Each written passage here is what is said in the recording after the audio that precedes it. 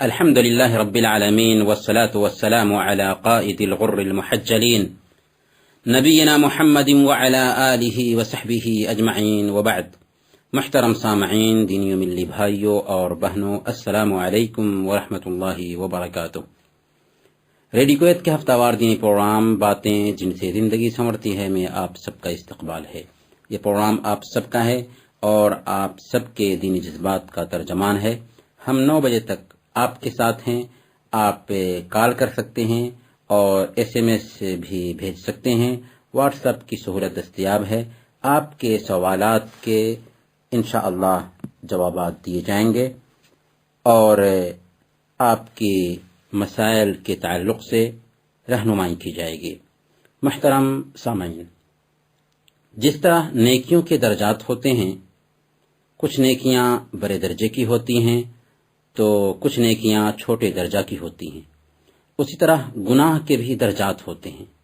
کچھ گناہ بڑے خطرناک ہوتے ہیں اور کچھ گناہ چھوٹے ہوتے ہیں، لیکن ہر ایک گناہ سے بچنے کی کوشش کرنی چاہیے۔ البتہ جو بڑے بڑے گناہ ہیں انہیں کبائر کہا جاتا ہے، اور اس موضوع پر باضابطہ علماء نے بہت ساری کتابیں لکھی ہیں۔ مشہور کتاب امام ذہبی رحمۃ اللہ علیہ کی ہے جس کا نام الکبائر ہے۔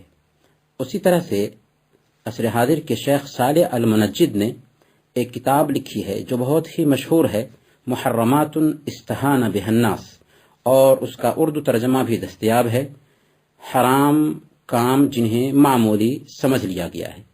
آج ہم انہی گناہوں میں سے 7 ایسے گناہوں کا تذکرہ کریں گے جنہیں اللہ کے رسول صلی اللہ علیہ وسلم نے ہلاک کر دینے والے کاموں میں شمار کیا ہے، اور ایک ہی حدیث میں ان 7 گناہوں کا تذکرہ کیا ہے۔ بخاری اور مسلم کی روایت ہے، حضرت ابو ہریرہ رضی اللہ تعالی عنہ راوی ہیں۔ وہ کہتے ہیں کہ اللہ کے رسول صلی اللہ علیہ وسلم نے فرمایا، اجتنبوا السبع الموبقات، 7 ہلاک اور برباد کر دینے والے کاموں سے بچو، یعنی ان کے قریب بھی مت جاؤ، ان سے دور رہو، کیونکہ وہ 7 کام ہلاک کر دینے والے ہیں، تباہ کر دینے والے ہیں۔ پھر اللہ کے نبی صلی اللہ علیہ وسلم نے ان 7 کاموں کی تفصیل بتائی۔ ہلاک اور تباہ کرنے والی چیزوں میں سب سے پہلی چیز ہے اللہ کے ساتھ کسی دوسرے کو شریک ٹھہرانا، چاہے اس کی ربوبیت میں ہو، چاہے اس کی الوہیت میں ہو، چاہے اس کے اسماء اور صفات میں ہو۔ یعنی عبادت کے سارے کاموں کو اللہ کے لیے انجام دینا چاہیے۔ اگر اللہ کے علاوہ کسی ولی، پیر، فقیر وغیرہ کے لیے کیا جاتا ہے یا ان کو وسیلہ سمجھا جاتا ہے تو یہ شرک ہو گیا۔ جیسے اللہ کے علاوہ کسی ولی کو مشکل دور کرنے والا سمجھنا، نفع پہنچانے والا ماننا، ان کے لیے رکوع اور سجدہ کرنا، ان سے دعا کرنا، ان سے ڈرنا یا ان کے نام پر نیاز دینا وغیرہ، یہ سب شرک اکبر ہے، یعنی بڑا شرک ہے جسے اللہ کسی صورت میں معاف نہیں کر سکتا اگر بندے کی اس پر موت ہوتی ہے تو۔ ایسا انسان ہمیشہ ہمیش کے لیے جہنم میں رہے گا، جیسا کہ اللہ رب العالمین نے مختلف جگہوں پر قرآن کریم میں فرمایا ہے۔ البتہ شرک کی دوسری قسم ہے جسے چھوٹا شرک کہتے ہیں۔ اس کی وجہ سے انسان اسلام کے دائرے سے نکلتا نہیں، لیکن یہ بڑے شرک کا دروازہ کھولتا ہے، اور یہ 2 طرح کا ہوتا ہے۔ ظاہری شرک، جیسے اللہ کے علاوہ کسی دوسرے کی قسم کھانا، مثال کے طور پر کوئی آدمی آنکھ کی قسم کھائے، جان کی قسم کھائے، بیٹے کی قسم کھائے، تو یہ بھی شرک کے زمرے میں ہے، لیکن یہ چھوٹا شرک ہے۔ اللہ کے نبی صلی اللہ علیہ وسلم نے بیان فرمایا، من حلف بغیر اللہ فقد کفر واشرک، جس نے اللہ کے علاوہ کسی اور کی قسم کھائی اس نے کفر کیا یا شرک کیا۔ اسی طرح یہ کہنا کہ جو اللہ چاہے اور آپ چاہیں، یہ بھی شرک ہی کے زمرے میں آتا ہے، لیکن یہ چھوٹا شرک ہے۔ ایک آدمی اللہ کے نبی صلی اللہ علیہ وسلم کے پاس میں آیا اور اس نے کہا کہ اگر اللہ چاہے اور آپ چاہیں تو ہمارا یہ کام ہو جائے گا۔ آپ نے فرمایا، اجعلتنی للہ ندا، کیا تم نے اللہ کے ساتھ مجھے شریک ٹھہرا دیا؟ قل ما شاء اللہ وحدہ، کہو کہ اگر اللہ چاہے، یعنی صرف اللہ چاہے، مجھے تم نے اس کے اندر کیوں ملا دیا؟ شرک اصغر کی جو دوسری قسم ہے اسے ہم شرک خفی یعنی چھپا ہوا شرک کہتے ہیں، جیسے ریا ہے، دکھلاوا ہے، کہ کوئی کام اس لیے کریں تاکہ دوسرے دیکھیں گے تو ہماری تعریف کریں گے، یہ شرک خفی ہے۔ ہلاک اور برباد کر دینے والی چیزوں میں سے دوسری چیز جو اللہ کے نبی صلی اللہ علیہ وسلم نے اس حدیث کے اندر بتایا وہ ہے جادو۔ جادو سیکھنا کفر ہے، جادو کرنا حرام ہے، اور جادوگر کی سزا اسلام میں موت ہے۔ سنن ابی داؤد کی روایت ہے، بجالہ بن عبدہ بیان کرتے ہیں کہ عمر فاروق رضی اللہ تعالیٰ عنہ نے اپنے زمانے خلافت میں اپنے عاملوں کے نام یہ حکم جاری کیا تھا کہ ہر جادوگر اور جادوگرنی کو قتل کر دو۔ کہتے ہیں فقتلنا ثلاث سواحر، کہ ہم نے 3 جادوگروں کو قتل کیا۔ اور جادو واقعتاً انسان پر اثر کرتا ہے۔ اللہ کے نبی صلی اللہ علیہ وسلم کے اوپر بھی ایک یہودی لبید بن عاصم نے جادو کیا تھا اور اللہ کے نبی صلی اللہ علیہ وسلم کے اوپر اس کا اثر ظاہر ہوا تھا، چنانچہ اللہ پاک نے باضابطہ اس کے علاج کے لیے معوذتین قل اعوذ برب الفلق اور قل اعوذ برب الناس اتاری تھی، جس کے ذریعہ اللہ کے نبی صلی اللہ علیہ وسلم نے علاج کیا اور الحمدللہ آپ کو عافیت ملی۔ اسی طرح سے کاہنوں، جوتشیوں اور نجومیوں کے پاس بھی جانا حرام ہے، اور ان سے اپنا مسئلہ پیش کرنا اور ان سے علاج کرانا بھی غلط ہے۔ خود سے مسلم کی روایت کے مطابق اللہ کے نبی صلی اللہ علیہ وسلم نے بیان فرمایا من اتى عرافا فسأله عن شيء لم تقبل له صلاة 40 لیلہ، جو کوئی کسی کاہن، نجومی اور جوتش کے پاس میں آتا ہے اور اس سے پوچھتا ہے تو اس کی 40 دن تک نماز قبول نہیں ہوتی۔ اور سنن ابی داؤد کی ایک حدیث میں اللہ کے نبی صلی اللہ علیہ وسلم بیان فرماتے ہیں کہ من اتى عرافا او کاہنا فصدقه بما يقول فقد كفر بما انزل على محمد، کہ جو کوئی کسی کاہن اور جوتش کے پاس میں آتا ہے اور جو کچھ بھی وہ بتاتا ہے اس کی تائید کرتا ہے، تصدیق کرتا ہے، تو گویا کہ اس نے شریعت محمدیہ کا انکار کیا۔ تو گویا کہ ہلاک کر دینے والی چیزوں میں سے دوسری چیز جادو کرنا ہے۔ ہلاک کر دینے والی چیزوں میں سے تیسری چیز ناحق کسی انسان کی جان لینا ہے۔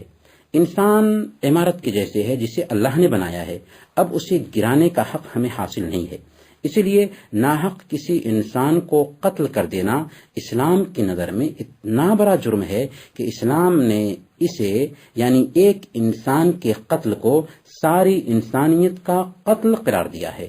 اور محمد صلی اللہ علیہ وسلم نے صحیح بخاری کی روایت کے مطابق بیان فرمایا من قتل معاہدا لم یرح رائحة الجنة یوم القیامہ وإن رائحتها توجد من مسیرت 40 عاما، کہ جس کسی نے کسی غیر مسلم کو جو اسلامی حکومت میں رہ رہا تھا امن کے ساتھ قتل کر دیا تو کل قیامت کے دن جنت کی خوشبو بھی نہیں پائے گا، حالانکہ جنت کی خوشبو 40 سال کی مسافت سے آ رہی ہوگی۔ اس سے ہم سمجھ سکتے ہیں کہ کسی بھی انسان کا خون بہانا ناحق کتنا بڑا جرم ہے۔